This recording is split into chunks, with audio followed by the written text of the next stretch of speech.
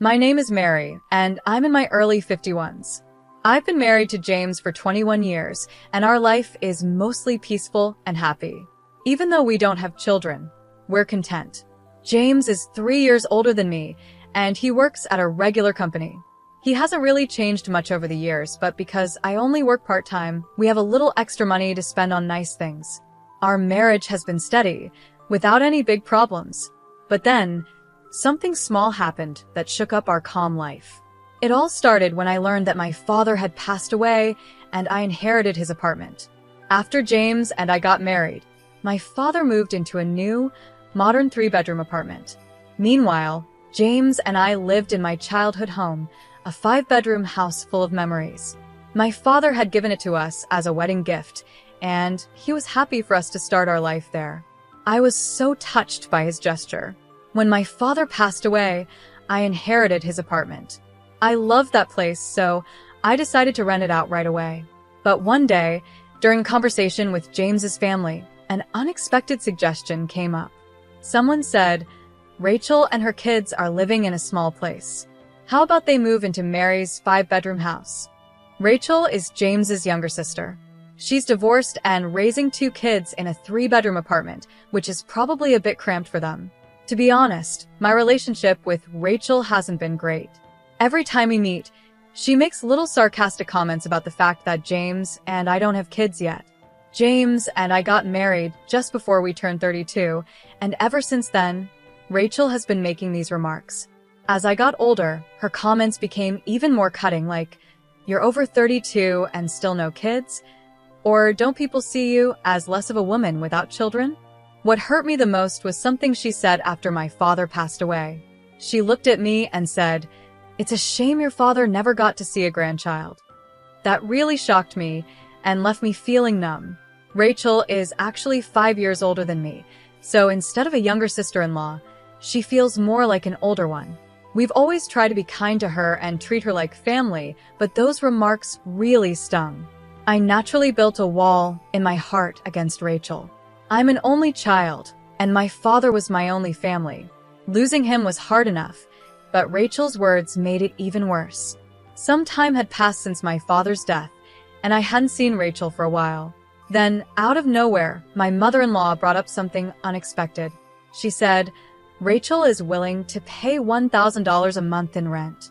When I saw the smug look on her face, I was too shocked to say anything.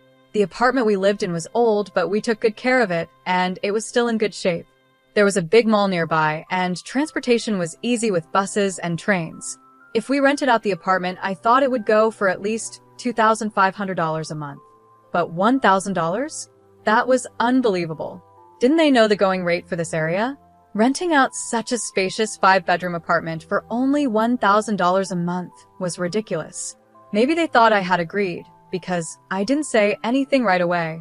My mother-in-law seemed really excited about the idea and said, "You already have another apartment, right? You can live there instead.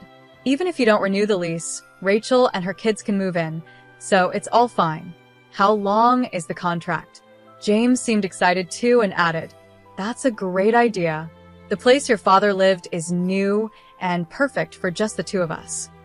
At this point, the conversation was moving forward without even considering our thoughts, and I started to panic. I couldn't help but blurt out, "Isn't there an option for all of us to live together in this apartment?"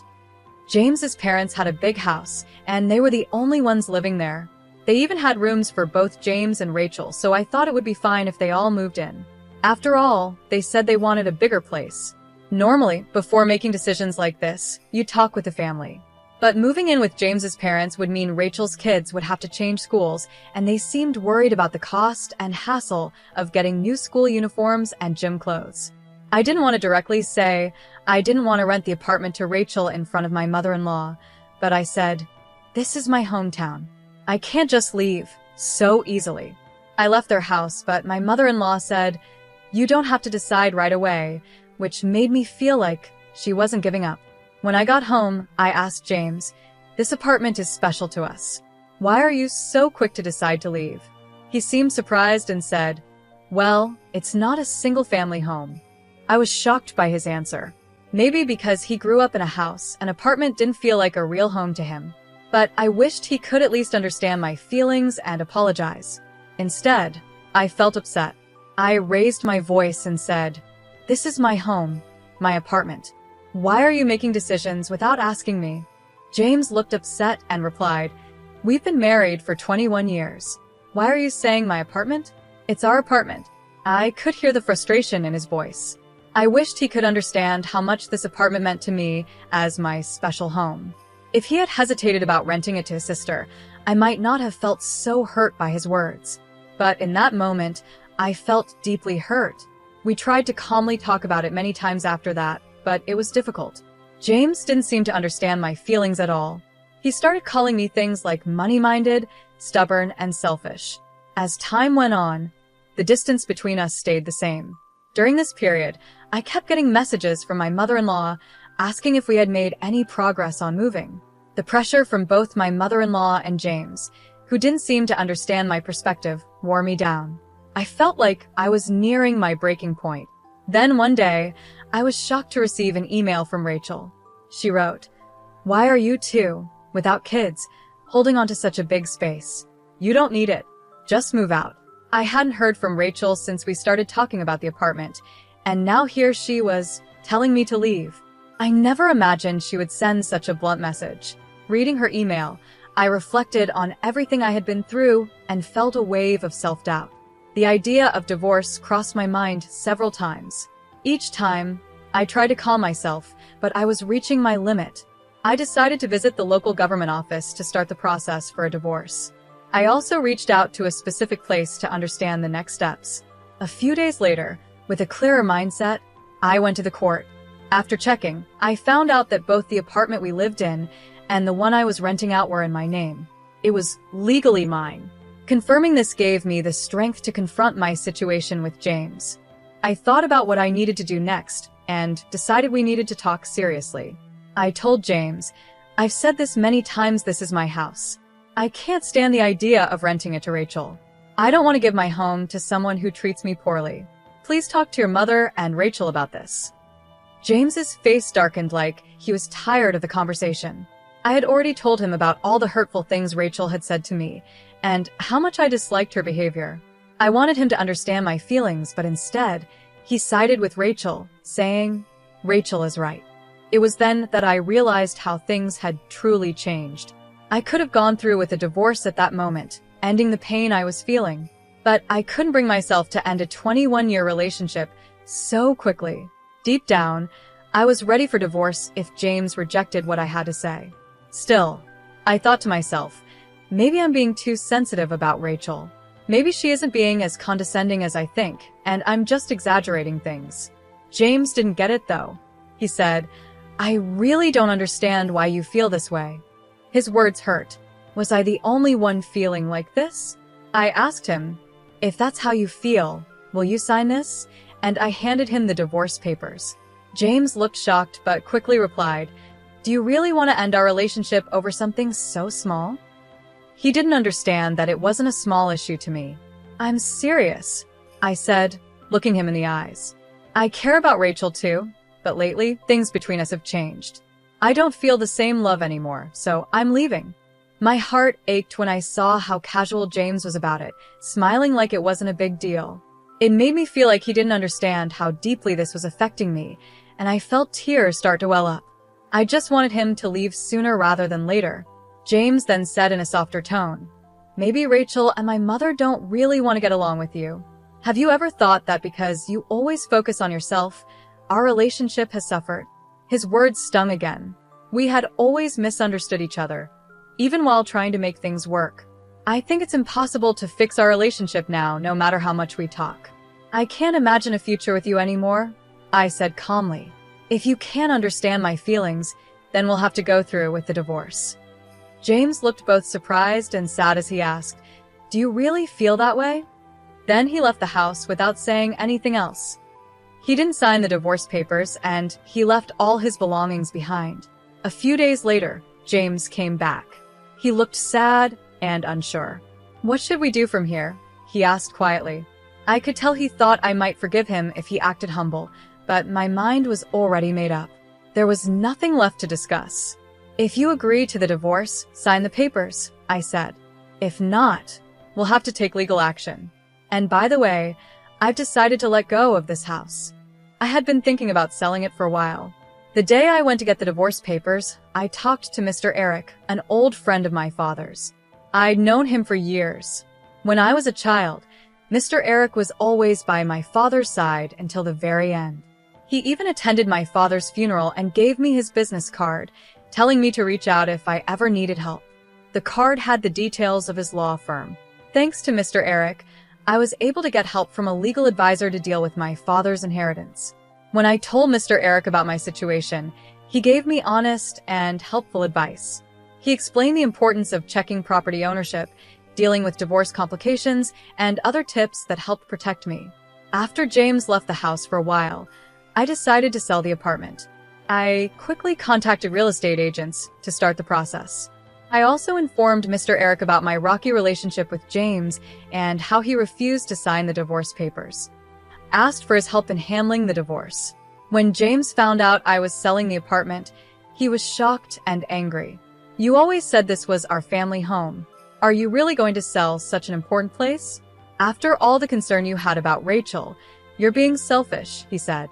But his words didn't affect me anymore. I looked him straight in the eyes and asked, "Do you have anything else to say?" James seemed surprised but quickly began arguing. Why would you make such a big decision on your own? The apartment may be in your name, but after a divorce, there should be a division of property. This place belongs to both of us, right? James was clearly emotional and desperate, but I calmly smiled and responded, "Actually, this apartment has been in my name since before we got married. I checked with my lawyer, and anything owned before marriage isn't part of the property division." Selling the apartment was difficult, but I didn't want to hold on to painful memories in this home. With the advice from Mr. Eric about property laws, I decided selling was the best choice. When James realized the truth, his attitude changed quickly. "I'm sorry," he said. "This place means a lot to you, but it hasn't been sold yet, right? Please reconsider. Let's give it another try. I'll talk to Rachel and Mom. Just stop the divorce and the sale of the apartment." As I listened to him plead, I found myself wondering why I had stayed with him for 21 long years. I was shocked that I had chosen someone like him. Don't try to act nice now. When we were together, you never stood by my side. The idea of starting over with you is impossible, so please leave. We both need to move on. He wasn't easily convinced, and this created a big gap between us. But after going through all the necessary steps, I was finally able to end our relationship. It felt like the start of a new chapter in my life. At first, being alone seemed scary, but I realized it wasn't as bad as I thought. Now I live in a new 3-bedroom apartment, living life the way I want. My mother is with me, and even though he's gone, I'm fine. Everything is okay. My husband once coldly said, "You're not needed here." That shocked me. I had been sending $3,100 every month to his parents, but it didn't matter to him. Then, to make things worse, my mother-in-law added, "A wife who can't do proper housework isn't needed," with a cold smile, almost as if she was happy to see me go. Realizing there was no point in trying to please these people anymore, I decided to leave. With a calm smile, I replied, "If that's what you think, then I'll go." My husband looked shocked. My name is Lauren, and I'm a 35-year-old office worker. I met my husband Michael through a blind date set up by a friend. He was friendly and outgoing, and we hit it off quickly. We got married, and now we've been together for 3 years. We don't have any children yet. Before we got married, Michael lived with his mother. When we got married, he suggested building a new house on his family's property. He said, "I'm worried about my mom living alone. I want to be with her, but I also want us to have our own life together. I think this is the best idea." I asked, "But won't we have to get a mortgage for the house?" Michael reassured me, "The house will be paid for with the inheritance my father left me. We won't need a mortgage, and the land is free. The house will be in my name, and we can just support my mom with monthly payments. What do you think? Does that sound okay?" I wondered, "Aren't you worried about your mom's finances?" Michael replied, "We'll be helping her, and she has income from her part-time job and her pension, so everything will be fine." It seemed like a good plan, and Michael even said, "When you work late, my mom can help with the housework. It will make things easier for you." We would live in separate houses, but on the same property. I was excited about starting our new life together and building our dream home. Having help with housework during busy times seemed perfect. But later, I realized how naive I had been. In the beginning, our marriage was wonderful.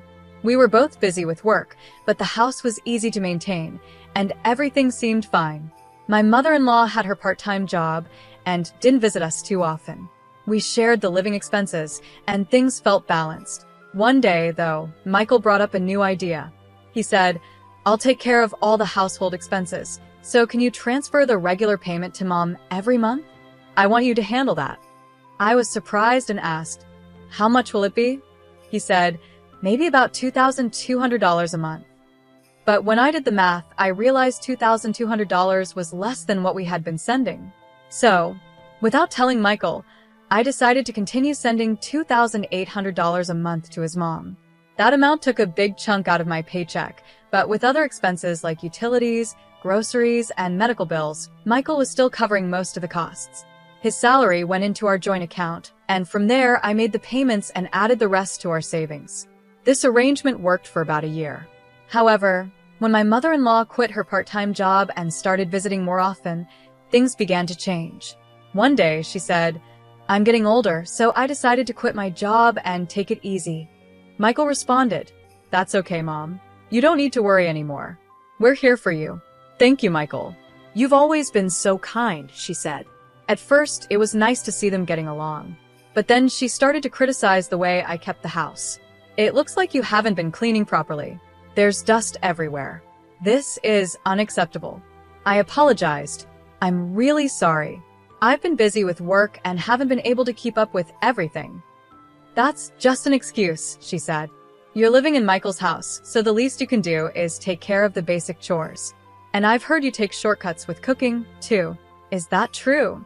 "I sometimes make simple meals when I come home late from work, but I still do my best," I explained. Then she said something that really hurt. "Maybe it was a mistake choosing you as Michael's wife. After all these years, the fact that you still don't have children is also a problem." Her words stung, and I realized that things had taken a serious turn for the worse. I felt like not having children wasn't entirely my fault, but arguing about it would only cause more problems. Originally, my mother-in-law had promised to help with household chores when things got tough, especially since we were living on the same property. However, it seemed both Michael and my mother-in-law had forgotten that promise. Now, whenever she was around, she constantly criticized me, so I decided to just ignore her comments. Amid all this, a bigger issue arose.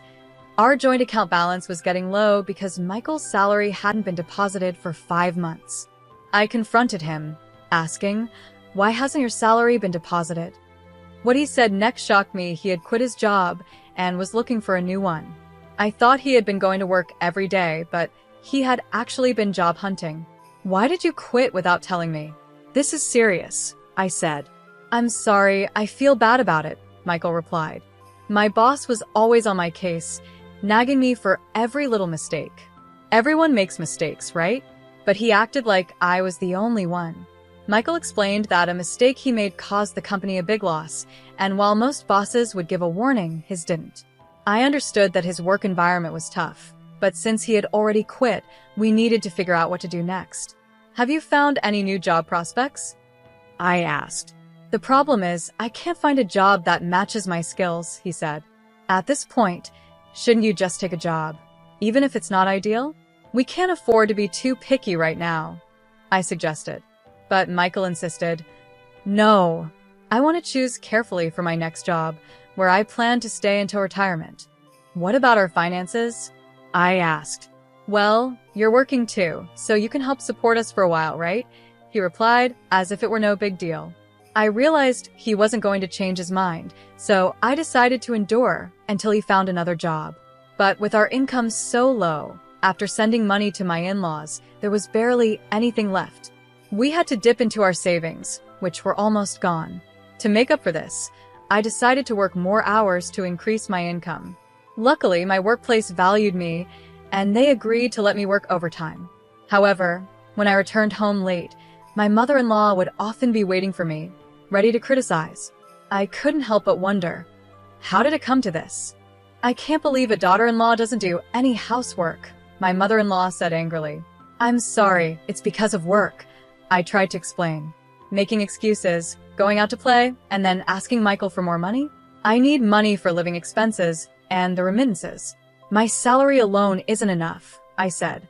Hearing this, my mother-in-law got even angrier, complaining about just $2,800? You live in Michael's house for free and don't even do any chores. Unbelievable. It was shocking to me that she thought $2,800 was nothing. I worked hard to earn that money. It seemed like she took the monthly payments for granted and didn't appreciate their value. She added, because you don't do the housework, I have to, or Michael suffers. It's hard dealing with such an incompetent daughter-in-law. Even though she acted like she did all the work, my mother-in-law often bought ready-made meals from the store and only did laundry for herself and Michael. The kitchen was always left messy, with dirty dishes everywhere. Michael and my mother-in-law always had their meals prepared, but not for me. I was usually told to eat whatever was left over. Michael would just relax in front of the TV while I dealt with my mother-in-law's harsh words. Over time, my feelings for my husband started to fade. His job search wasn't going well, and he was too proud to apply to anything less than top companies. A year had passed, and he still hadn't found a job. He just spent his days doing nothing. Hey, if this keeps up, we're going to run out of savings. Can't you get a part-time job to help with the bills? I asked him. Michael glared at me and said sharply, why should I get a part-time job? This house isn't even in your name, it's mine. You're just living here and can't even take care of me properly, so of course you have to pay the bills. I felt the future was looking bleak. I was paying for everything, our living expenses and the remittances to his mother, but there was a limit to how much I could earn. Remittances? It's just $2,800. Stop nagging me. If you don't like it, leave my house, he said angrily, hitting the table before walking out of the room.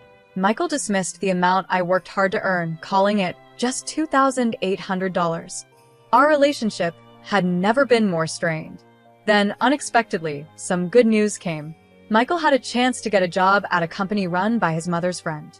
While the salary wasn't as high as his old job, I was just thankful he would be working again. The trial period was set for 5 months. Michael grumbled, I don't think this company is the right fit for my skills, but it's hard to say no since my mom introduced me. As long as you're willing to work, that's what matters. Do your best and aim for full employment, I replied. I never imagined that Michael's new job would cause more problems. At first, he left for work every morning with energy, but after a month, things changed. He started coming home late, and sometimes he didn't come home at all. His jacket smelled like a woman's perfume that I didn't recognize. On top of that, he stopped contributing his salary to our household and even started withdrawing money from our joint account without asking me, while still sending the monthly remittance to his mother. I decided to stop putting my salary into the joint account, which made Michael furious. He confronted me, asking, why aren't you putting money in the account? The balance is almost zero. Where is your salary going? You're not paying for the living expenses. Tell me how you're using the money. I told him, that's not fair. Am I the only one earning and managing our household? If you contribute, I will too. Michael shot back. This house is mine. It's only natural for you to contribute. I was shocked by how he expected me to use my earnings for his spending, pay the remittances to his mother, and cover all the household costs. I also started to suspect he was having an affair, though I didn't have proof yet. I decided to investigate. Since I couldn't afford to hire a private investigator, I had to do it myself. One night, while Michael was asleep, I used his fingerprint to unlock his phone. I found messages with a woman named Julie, and the content was shocking. The messages said things like, I really enjoyed our date today. I wish we could be together forever. And, would you consider marrying me? I'll get rid of my wife. Wait for me, can't wait to start our life in a new home. I took screenshots and saved the messages to my phone. I then decided to find out who Julie was. But before I could act on it, I came home from work one day to find bags piled up at the entrance. What's all this? I asked. Michael replied coldly, I've decided to live with my mom instead of you, since you don't do the housework. You made this decision without talking to me? This is my house too. You can't just make decisions like this, I said. He responded, you have no right to complain. Since I'm paying for the remittances and living expenses, I can decide what happens here. It's better with my mom around, so you should leave. To make matters worse, my mother-in-law also chimed in, saying, a wife who doesn't do housework is useless, smiling like she was happy to see me go. At that moment, I realized it was pointless to keep trying with these people. I made my decision in that moment. First, please sign this, I said, pulling out the divorce papers I had prepared from my bag and handing them to Michael. Confused, he asked, when did you prepare this? The day you told me to leave the house. I got them right after you said that, I replied calmly. Michael was surprised, but eventually he agreed and signed the papers. I signed them as well and said, I'll submit these to the city office. I'll arrange for a moving company to get my things out as soon as I find a new place. I want you out as soon as possible. My mother-in-law yelled at me, but I ignored her. I packed the essentials into a bag and headed to my parents' house. They were surprised by my sudden arrival, but they welcomed me with open arms, understanding that something was wrong. The next day, I took some time off from work and began to take action. First, I submitted the divorce papers to the city office. Then, I started looking for a lawyer to help with the divorce process and any compensation I could claim. I also began searching for a new place to live. It was a busy time, but I felt a sense of fulfillment as I moved forward with my life. I found a nice, modern apartment perfect for a single person and hired a moving company to help with the move. On the day of the move, I returned to the house while Michael was at work, but his mother was there. The movers took my furniture, appliances, and other belongings piece by piece. You're taking everything? The house will be so empty, she said. These are all the things I bought when we got married. I used my savings to get the furniture and appliances. Since the house is in Michael's name, these items are mine, I explained. She couldn't argue and was clearly frustrated. After moving into my new, luxury apartment, I started enjoying my independence. I was able to use all my income for myself, and thanks to my hard work and overtime, I got promoted and my salary increased. Life went on like this for about 5 months. Then I started getting a lot of calls from my mother-in-law. I regretted not blocking her, but eventually I gave in and answered one of her many calls.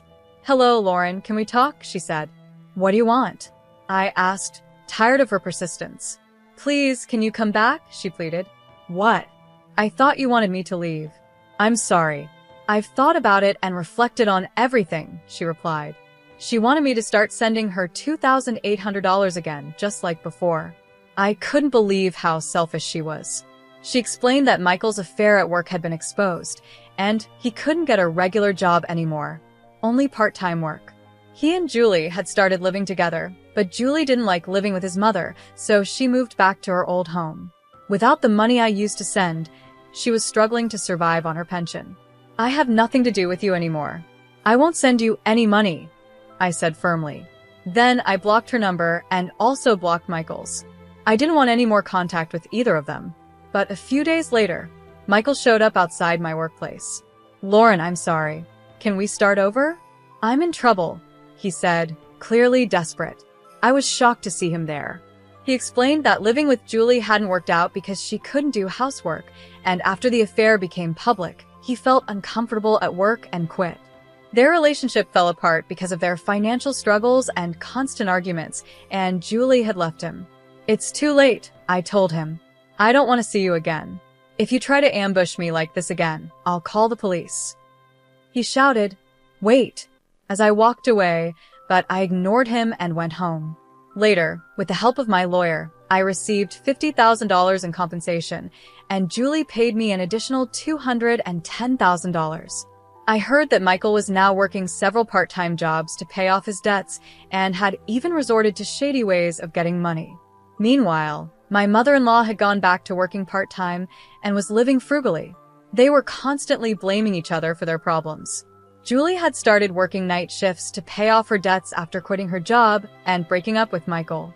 As for me, I've adopted a little dog and am enjoying peaceful, happy days in my new apartment, looking forward to whatever life has